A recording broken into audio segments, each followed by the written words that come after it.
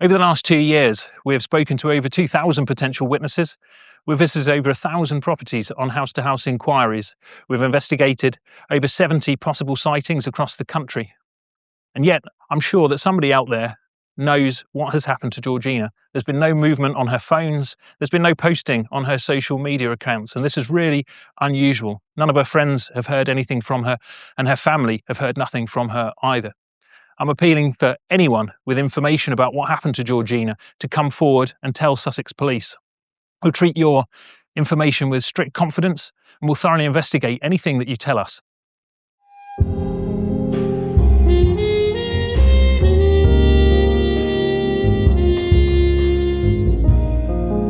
The city keeps its secrets, but nothing hides forever. This is the Evidence Trail.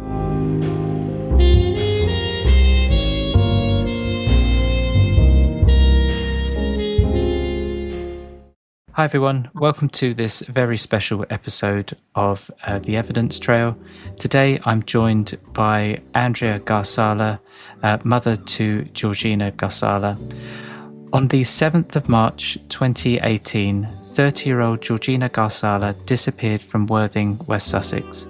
She left home that morning and, despite reported sightings shortly afterwards, she has never been seen again.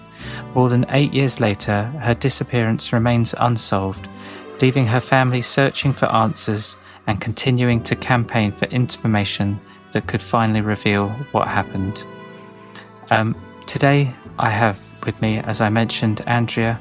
She is going to talk about Georgina, the impact of her disappearance, and the family's unwavering determination to find the truth. Andrea, welcome to the Evidence Trail, and thank you so much for talking to me today. Thank you for having me here.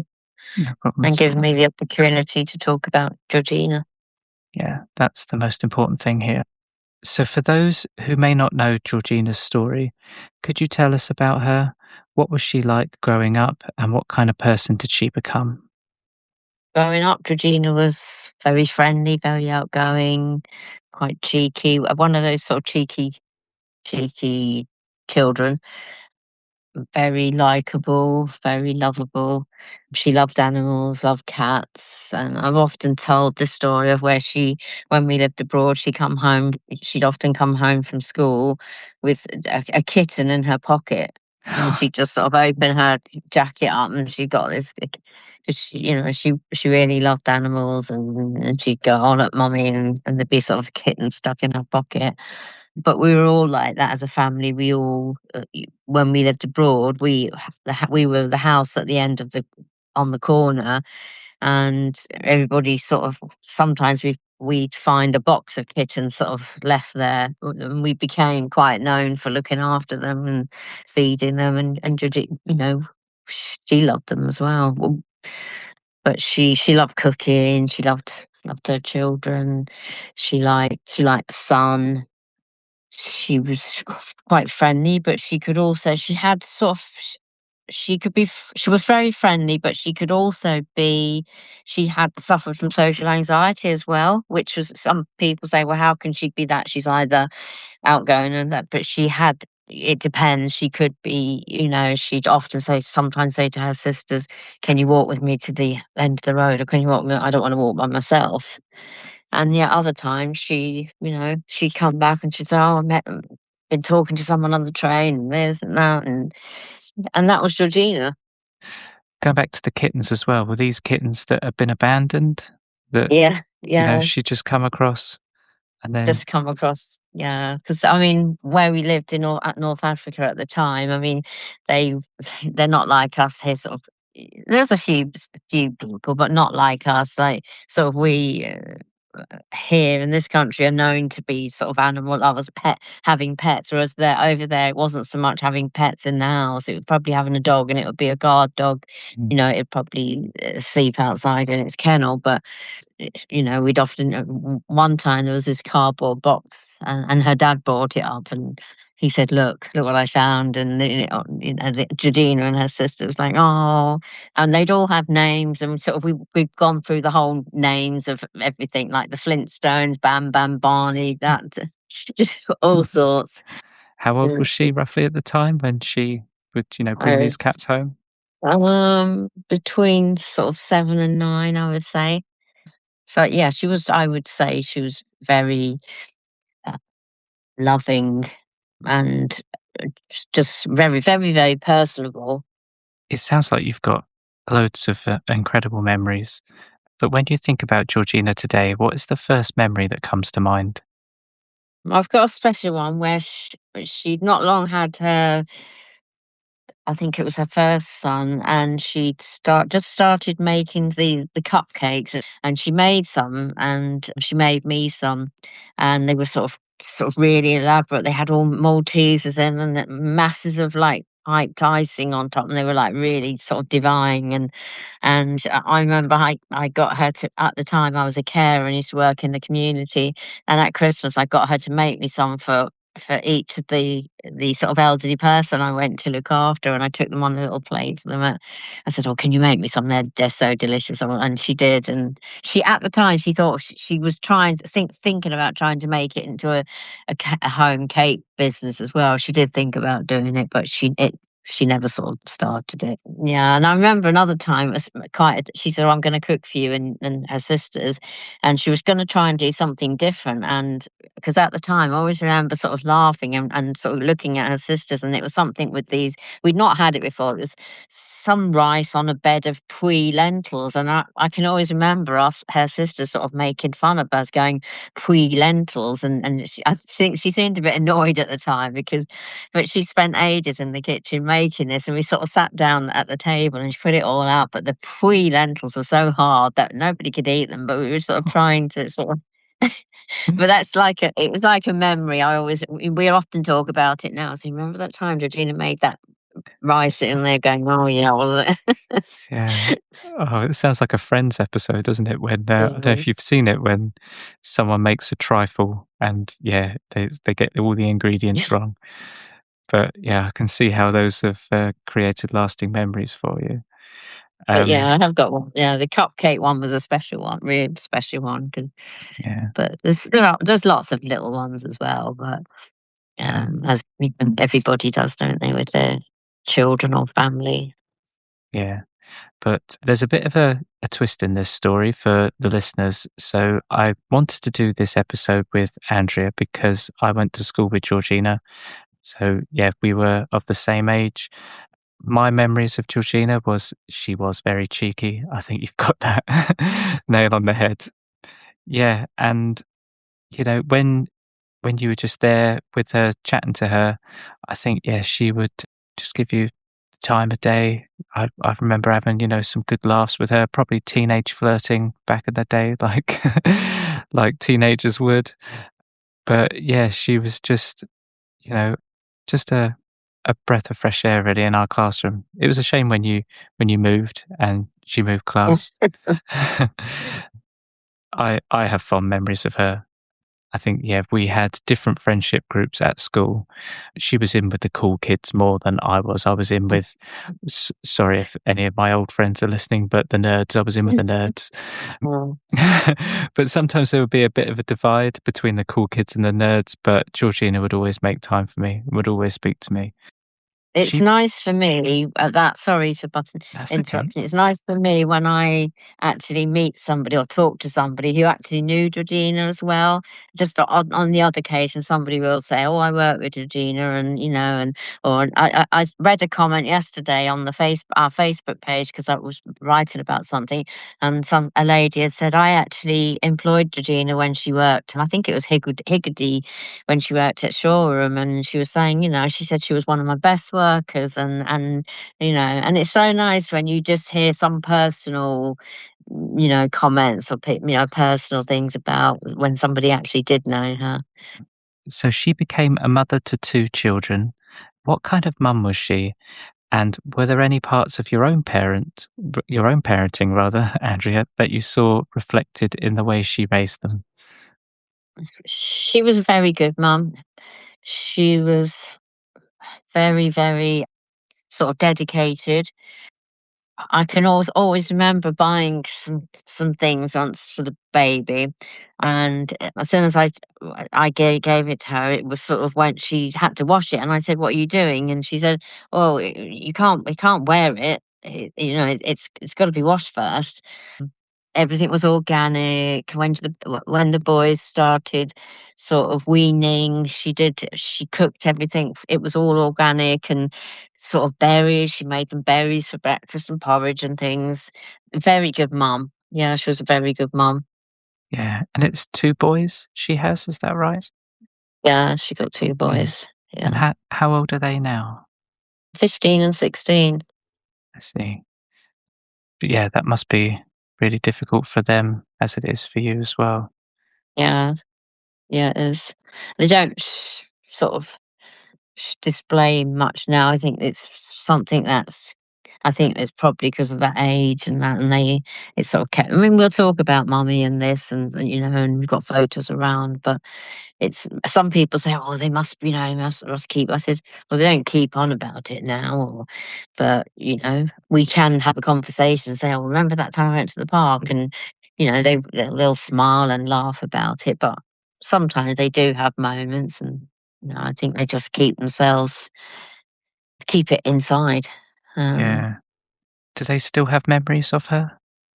yes, they do. They'll sort of talk about things we did. Remember that time I went to that fair? Remember that time I went to the park and we did that? And but the only thing I think was the last year or the year before, one of them did said to me, and we were talking about her, and he said, I can't remember my mummy's voice, and he was quite upset about it. He said, I can't remember my mummy's voice anymore.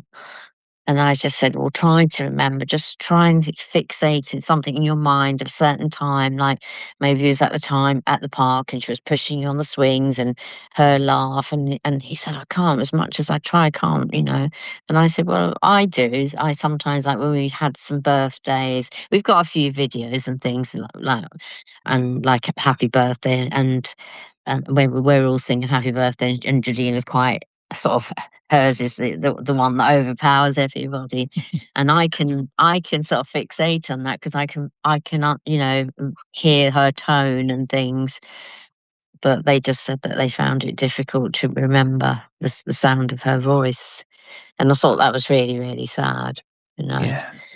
Hearing that So, must have been just utterly heartbreaking at the time. yeah, yeah. Yeah. So I feel like that's been a really good insight into what Georgina was like. I'm going to talk about the day that she went missing. So, can you take us back to the 7th of March 2018? When did you first realise this wasn't a normal day and that something was wrong?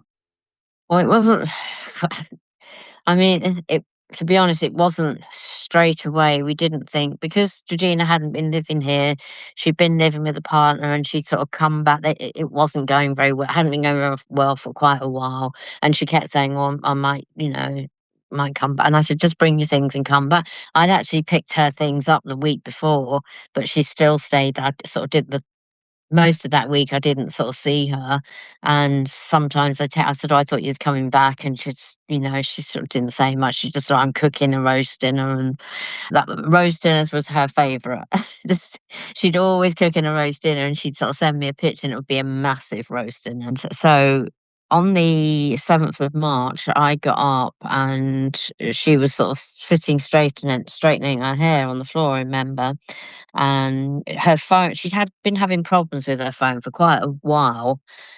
It wasn't charging or something, and I didn't really. I don't know if I didn't listen at the time when she told me the week before, but she just said it wasn't working properly. And I spoke to her dad. I said, "Oh, do you think maybe you can buy her a phone this time?" And he said yes, but he was not going to be an iPhone or anything. So I said no, as long as it's just something, just.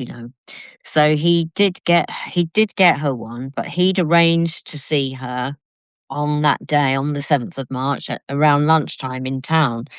And that was, she said to me, "I was supposed to see Dad later," and that was how it was left.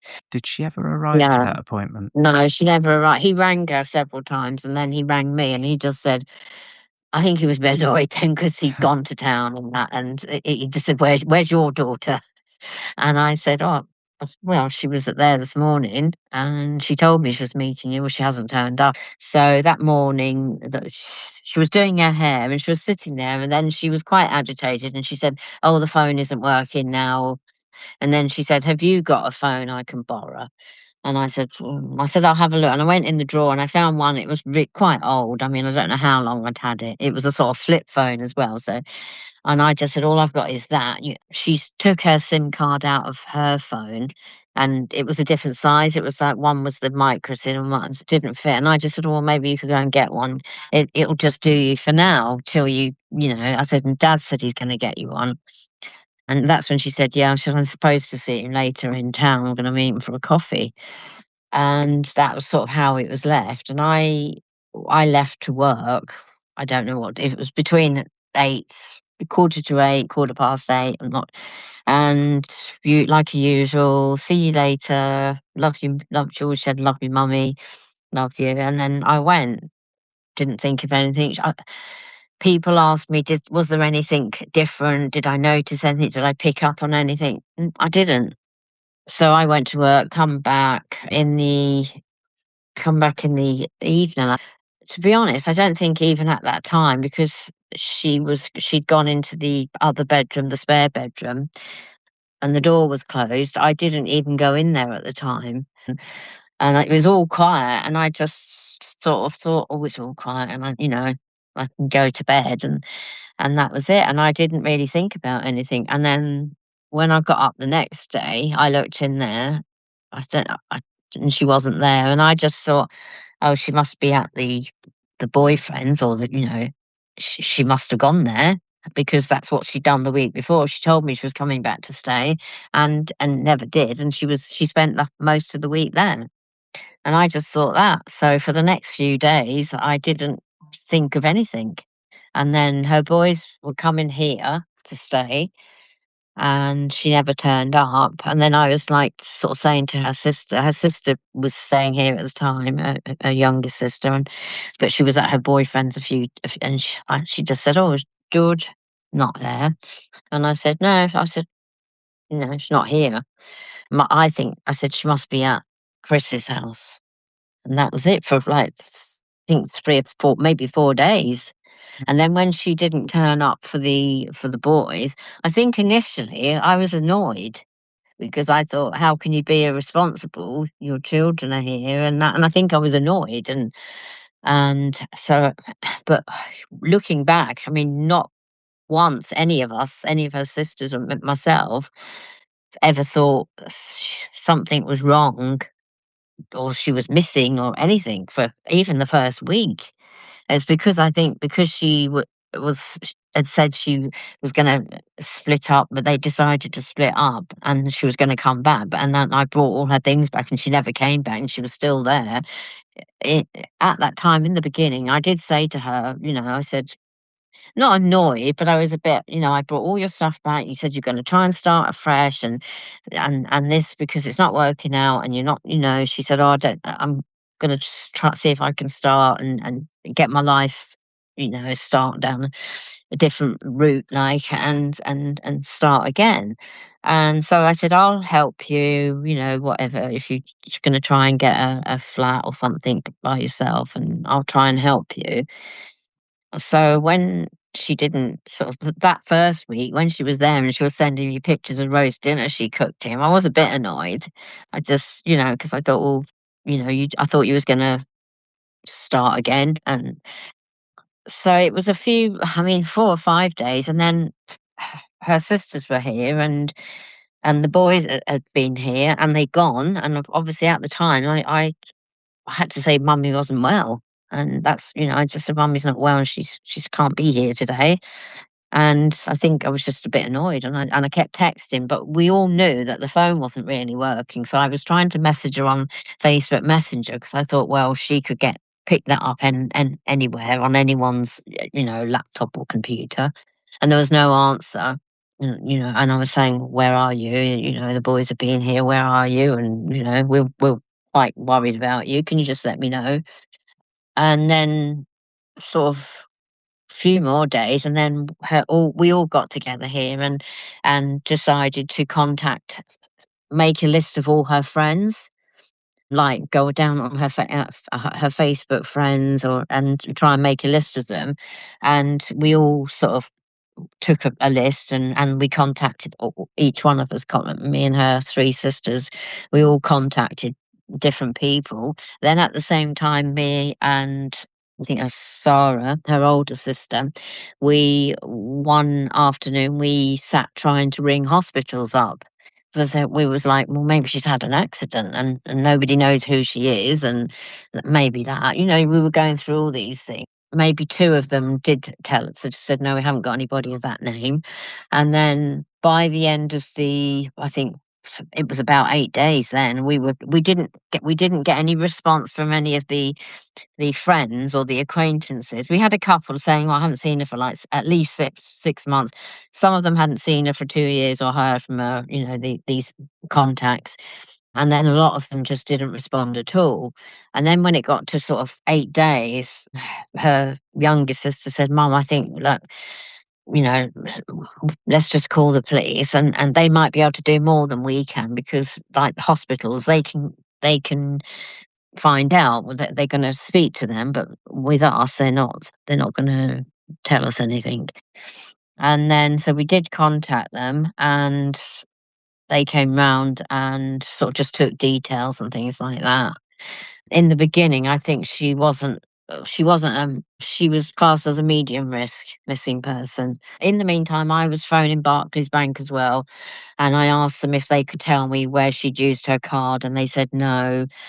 Because I couldn't get any further than that, the police then said they would do it at the team that we were allocated with. They said they were doing it. And so it was a few days, and then they called me into the police station one night, and they just said, "Oh, we've spoken to the bank and this and that, and her card hasn't been used." And I think at the time, I think my throat just dropped into my, just down, because I thought, that is not Georgina.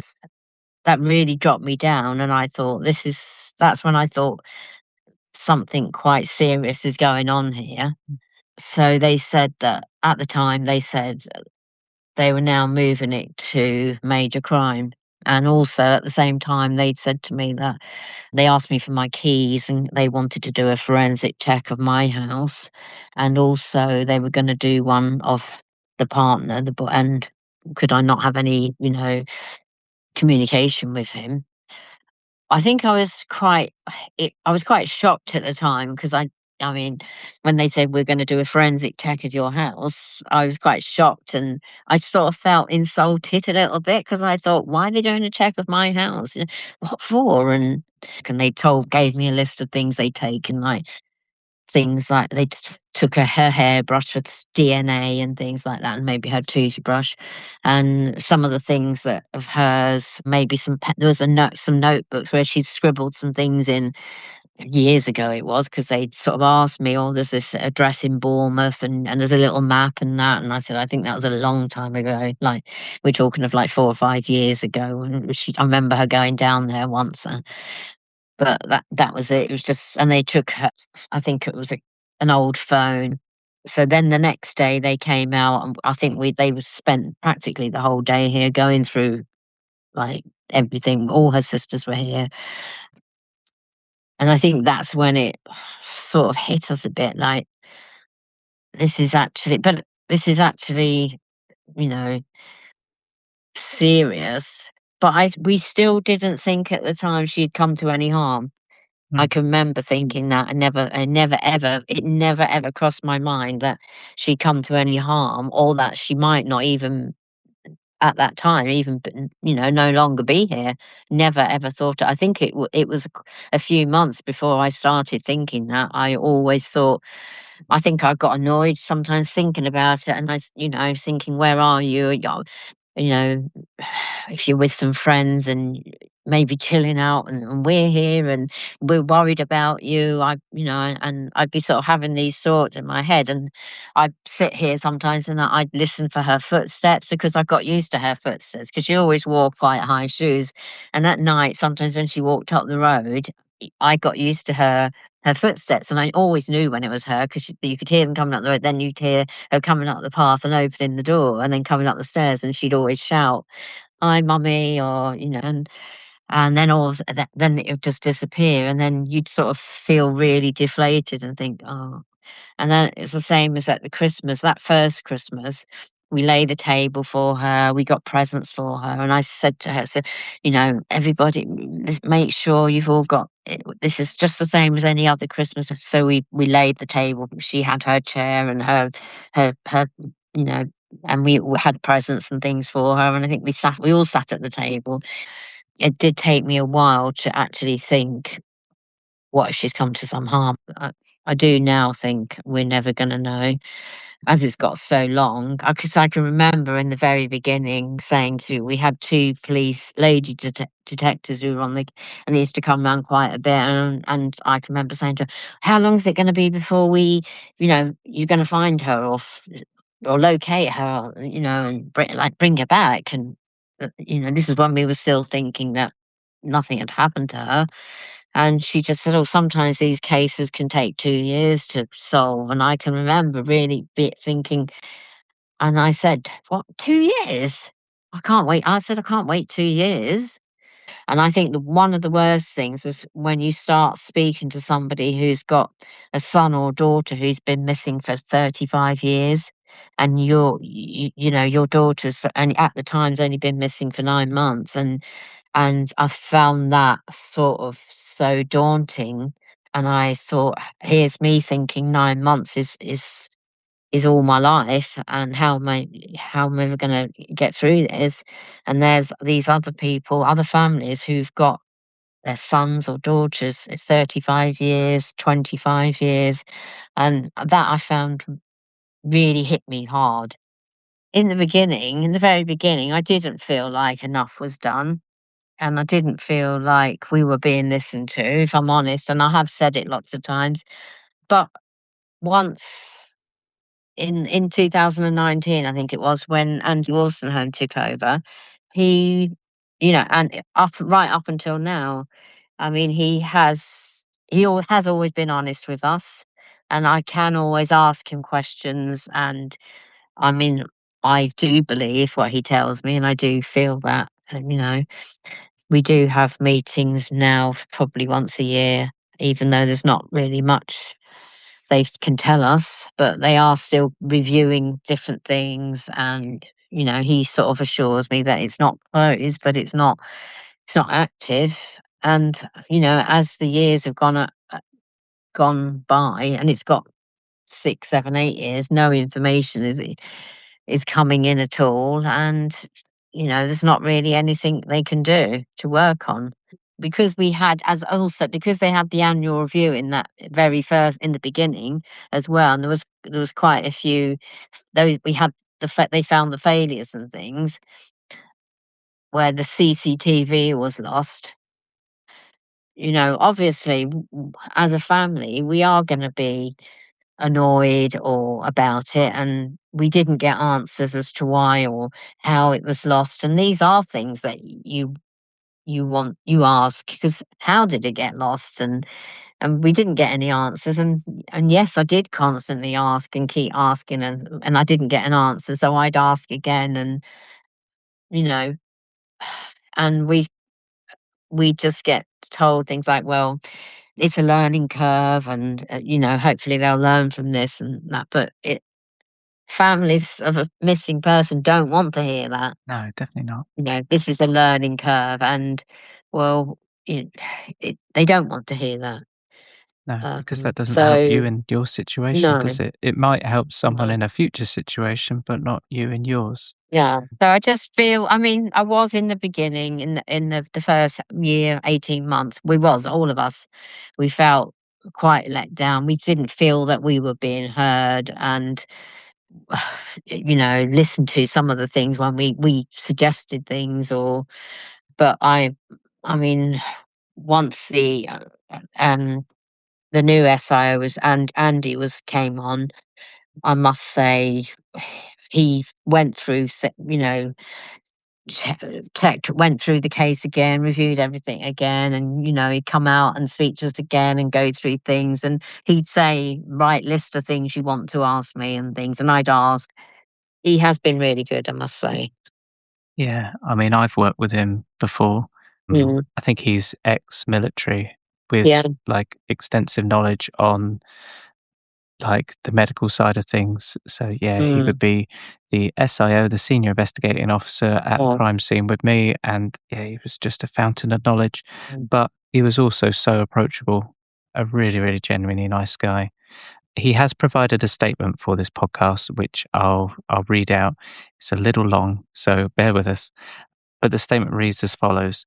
So Detective Superintendent Andy Wolstenholme said, since we launched the investigation into Georgina's disappearance over 8 years ago, Andrea and her wider family have been at the forefront of our minds as we seek the answers they deserve.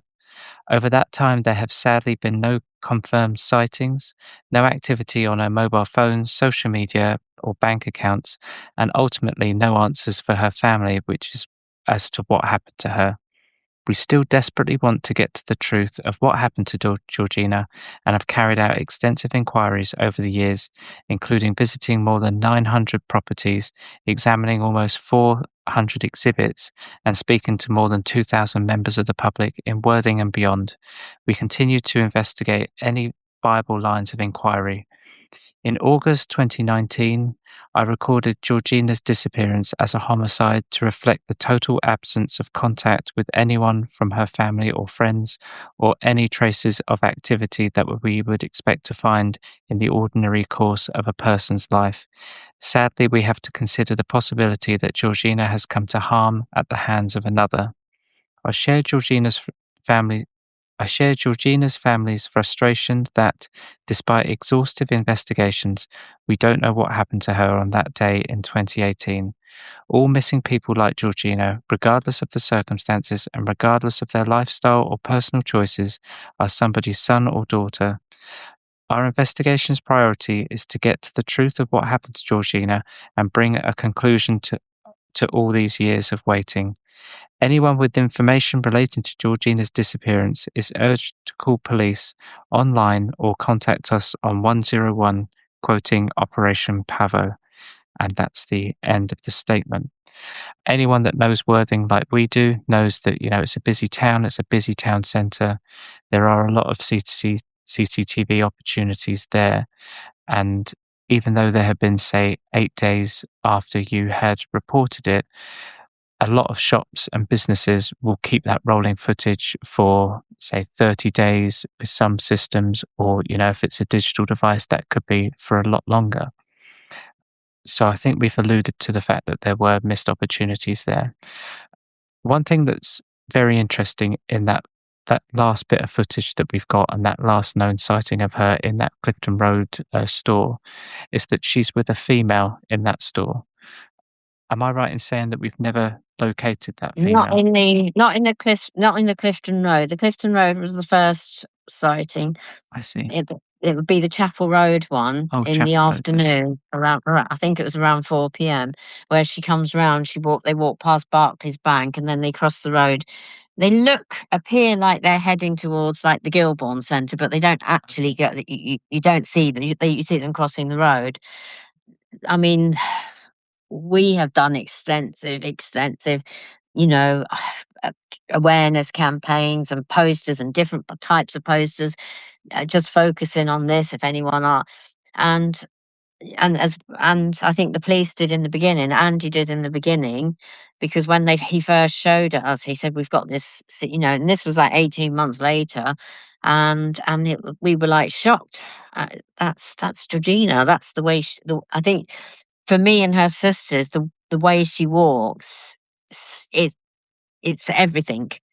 The way she swings her arms, the sort of the way, like her her footwork, the way she walks, and that was it for us, definitely. And her youngest sister always says to her now, she says, if that girl was not wearing any clothes, I'd know, I'd still know that was my sister. And even though we've done the TV documentaries, and they say that they're a forensic or cyber forensics have said that it's not her. Then we've had the other one with Donald McIntyre. He's the one hit their cyber analyst said he believed that it was her. So, it's all conflicting. Then people often message or comment on the page and say, "Oh, I've looked. It's definitely not her. She's got different shoes on and things." But for us, it's not about clothes, because there was a time span there where she could have changed shoes, or I said girls do things like that. They borrow their friends' shoes, they go to their house and they wear or maybe she did have some other shoes in her bag. We don't know. It's not that. I said, but for us, it's looking at that straight away and thinking, and that is Georgina. That's the way she swings her arms. That's the way she holds her head up. And for me, I can say, I almost say, I now I have to give it that little point, just like 99.9%, that is my daughter, when I see her. And if they say, they say it's not, why hasn't anyone ever come forward and said that that was me with my friend, or oh, I know that girl, or no one ever has. And that's what I find really strange as well. I'm going to ask you about the media as well. So, the media can play an important role in missing person investigations. How would you describe the media's coverage of Georgina's case over the years? Has it helped, or have there been frustrations? In the very beginning, I was quite surprised and shocked, really, at how little media. And again, I used to contact the police and say, how come that, this isn't in the paper or on the, and especially as other missing people come up, and they'd be really high profile, they'll be, they'd have, her 200 police team, search team out and doing this and that and all sorts of things. And, I'd sort of email them and say, well, how come they're doing it for this, what, and they just say, all different police constabularies do different things, or they're working on different evidence. And and I sort of said, well, I feel like my daughter's being discriminated against. She's not having, nobody's, this isn't being done for her. We had to go to I in the beginning, I can remember making a list of all radio stations along the south coast and contacting them, emailing them, asking if they could talk about Georgina. And a lot of them would just say, like, say it was Hampshire, and they go, no, you have to speak to your local one. Speak to your local one. Newspapers and things. And I had some friends helping me at the time, and they'd email. One was quite good with admin, and that was her job, so she was very good. And even she sort, didn't get. They sort of just say, no, you need to go to your local sort of newspaper. So in the end, it would just be like the local Worthing one, and maybe the Brighton Argus, and none of the sort of TV things. I think maybe after a little while, South Today or something sort of may have featured her, but usually it was because we bombarded them with emails to. My daughter did contact, is it Good Morning Britain? I think it was about 6 weeks after she went missing, and she asked them if they could feature her. My sister's missing, and they replied to her, sorry to hear about your sister, but we don't do missing persons, missing pets, or missing things. And she showed it to me, and I was so annoyed. And I said, how can they compare a missing person with a missing pet or a missing thing? And I think that was the first time I think she said to me, "Oh, just leave it," and I didn't, because I replied to them and I said, how can you do that? If you was a mother, you know, you wouldn't like to think that's your daughter is being compared to a missing pet or a missing thing. And they just said, well, we don't, if we do it for one, we'll have to do it for everybody. But then not long after, somebody goes missing, and they and they've got quite a high profile one, and then they have them, so then she contacted Mark Williams Thomas, and he came down to see us, and he went sort of to Clifton Road, and at the time there he sort of did an interview, and and he was in Clifton Road, and he just said, "Oh, I believe that she disappeared from Clifton Road." She didn't. I don't believe that she'd gone to start a new life. He said because she didn't have the means and the money to do that. He said you need quite a bit of money if you're going to start a new life. We didn't think that at all. We never ever thought that right till now, that she'd gone to start. She'd sort of got fed up and she'd gone to start a new life, and never thought that. So he did get us on Good Morning. We went up there and we did that, and then afterwards, sort of that was it. She tried to contact him again to see if he could follow up, but he didn't reply. So from then on, it was just us and my friend at the time, who was constantly sort of just trying all sorts of different newspapers. We even offered to pay one of the big newspapers, asked them how much it would be to put a missing persons sort of poster in their newspaper, and they just said no, they didn't do missing people. And they said, well, we're going to pay for it. We want to pay for a space. And they said no. Huh. At the time, they just said no. You think most papers would just do it for nothing, wouldn't you? Yeah, they said that no, they wouldn't do it. And then we sort of we contacted, I had another friend, and I've never actually met him, but he used to help on social media, lives up north somewhere, but he's always posting and making blogs and things about Georgina, and making different videos, and has been helping now for about 7 years. And he totted them up, how many like sports stadiums, caravan sites.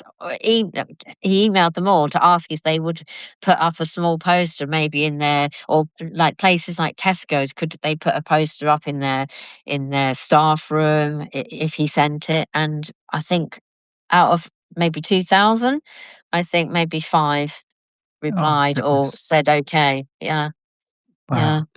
What do you think it is about your daughter's case, Georgina, versus, say, someone else's? Why have you only gotten back, say, 5 responses out of 2,000, and why not more? Do you feel like there's anything you could put your finger on? I think probably with a lot of them as well, there's that stigma around missing people, and straight away they think, oh, missing people, don't want to do that. But apart from that, I mean, like when we go back to where some missing females have got, lots of publicity, and it's protests and all sorts of things like this, and practically all the countries in this frenzy of getting swept away with it, and that's all they're talking about, and that's all you see on social media or anywhere, and because they're sort of caught up with this particular person at the time. I think it is the social discrimination part, because I've sort of researched quite a few cases, and some cases I sort of find just slightly similar to Georgina, maybe just a single mom, especially. I mean, I'm sort of trying to be diplomatic about some. I mean, I don't class us as, we're not lower class or anything. Georgina's come from a nice family. She grew up, she had a nice life growing up. But I just think maybe her life at the time, she was a single mum. She wasn't working. Maybe she did have some issues and things like that. But she's nobody else is any better than anybody else. Doesn't matter if you have money, if you're the manager of Barclays Bank, or if your husband's a solicitor or anything. There is absolutely there's no difference. Many times I've said no missing person should be treated any differently. I think I said it recently because somebody had commented. I read a comment saying, "Oh, didn't one of the documentaries say that she knew some shady people?" And I said, "Well, it doesn't justify somebody being harmed because they knew somebody shady." I Absolutely said, not. because it doesn't, and that's not acceptable at all. She's a person, and she needs justice, and we need to find out what happened to her. And that's it, as any other missing person. Yeah. And I will. And I said, I'm her mum, and she's not here to defend herself or talk for herself, and I need to do that for her.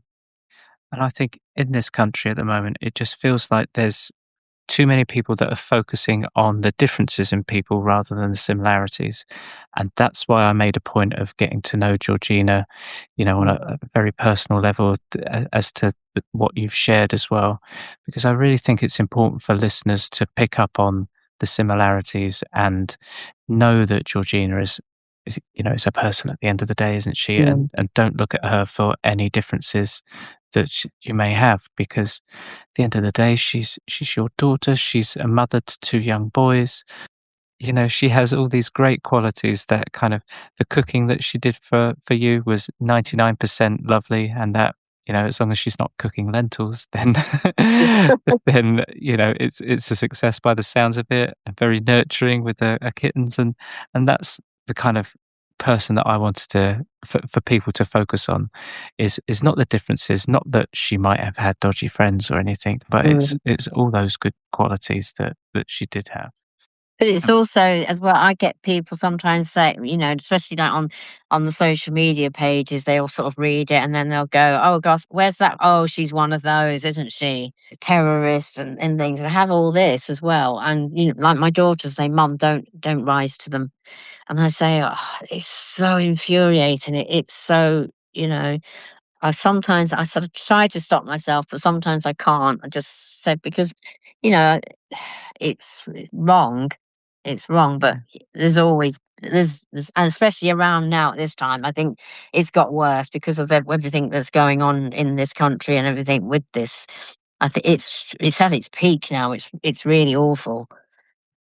But I'd say, well, Georgina was born here, and I'm English, her mum, and so is Georgina. Her dad's she's mixed race, but she was actually born here as well. But even if she wasn't, Doesn't matter, does it? I'm still English. It doesn't. It's regardless. It doesn't matter about that. It's just that she is a human being, and it shouldn't.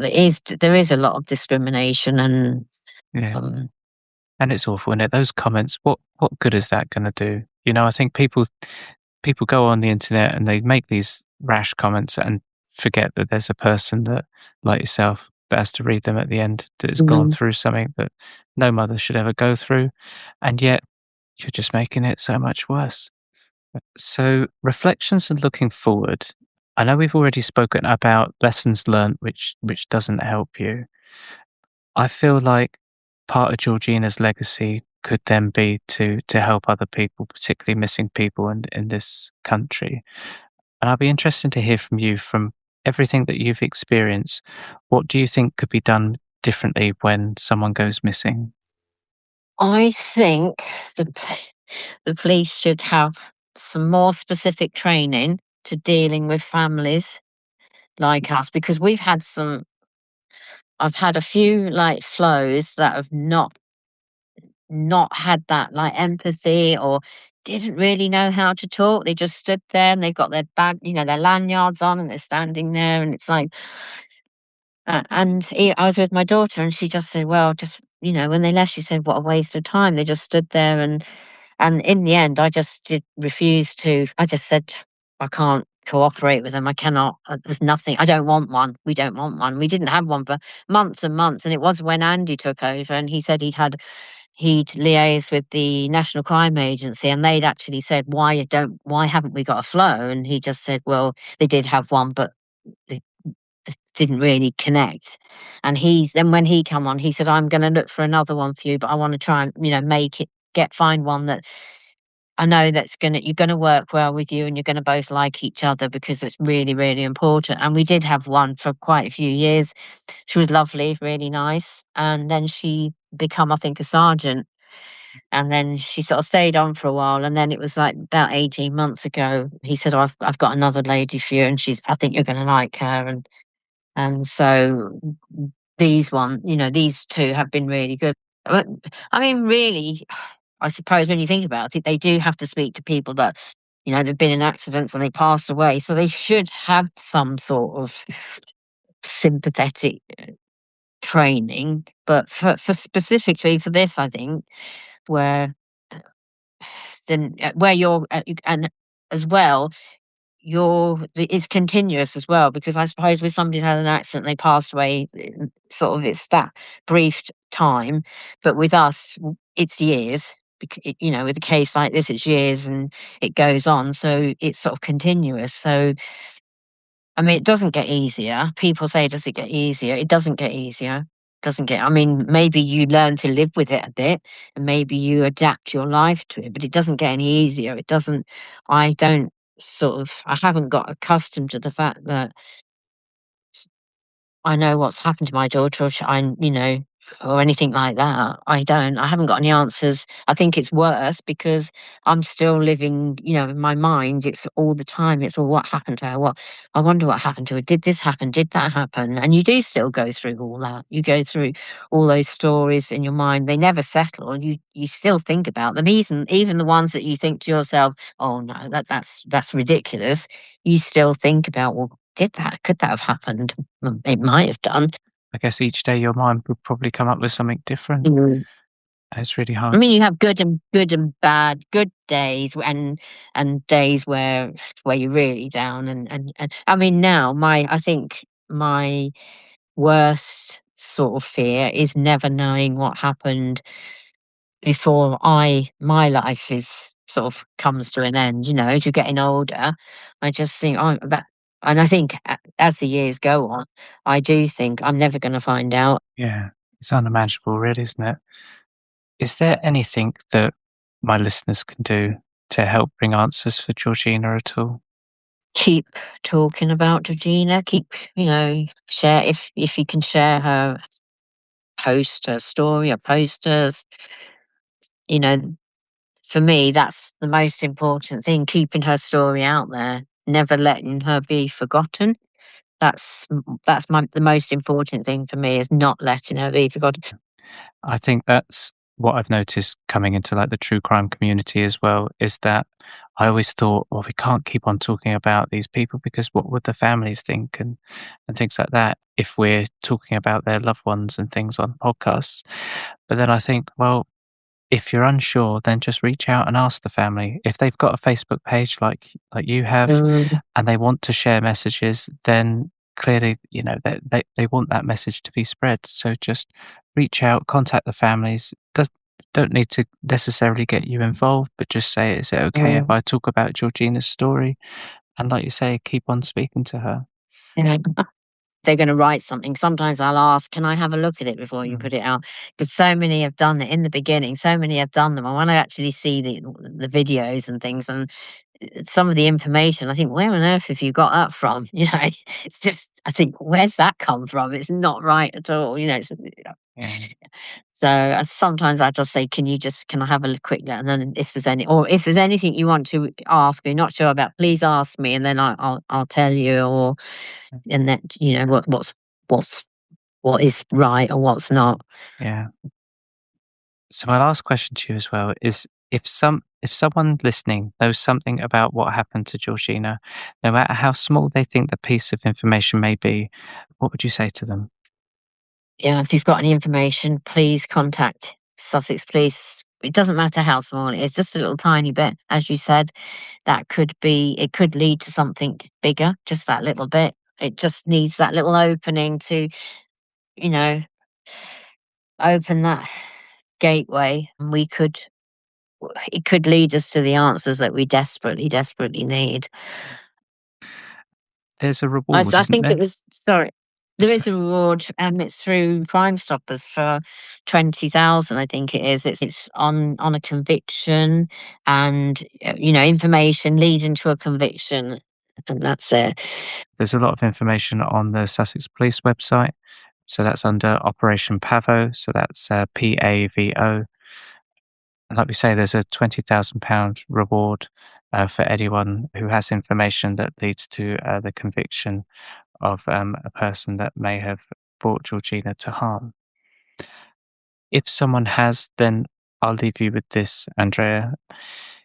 in science, one of the laws of energy is that you cannot destroy energy. It can only be transformed from one body to another, as in one type of energy to another.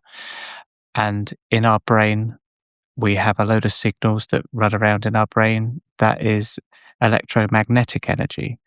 And one of the things that just brought me comfort a lot of the time is knowing that that electromagnetic energy in people's brains cannot be destroyed. It has to go somewhere.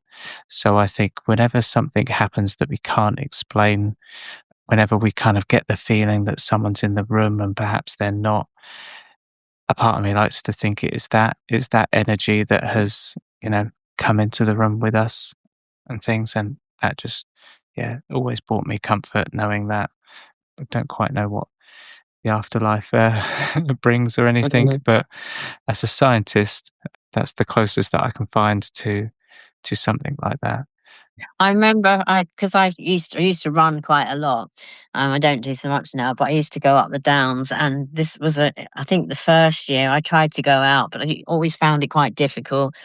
And you just get to a certain part up and not far from Sisbury Ring, there'd be a pathway, and all of a sudden there'd be lots of these white butterflies. And at the time, I just said, "Well, I like to think that it might, these butterflies were a sign from Georgina."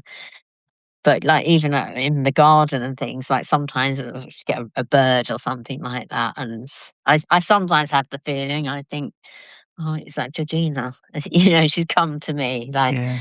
or different, yeah, just sort of like watch, and I hope, I'd hope that there was something out there, just that she's trying to connect. Yeah, definitely. And I think if that brings you comfort, then I'd want to sort of believe in those signs as well. But thank you so much for talking to me today. Thank you. Yeah, it's been a real pleasure getting to know you, getting to know Georgina, and I really just hope this podcast helps spread the message and hopefully leads to some information in the future. But yeah, thank you to everyone that's listened, Oh, and I'll catch you soon. thank you.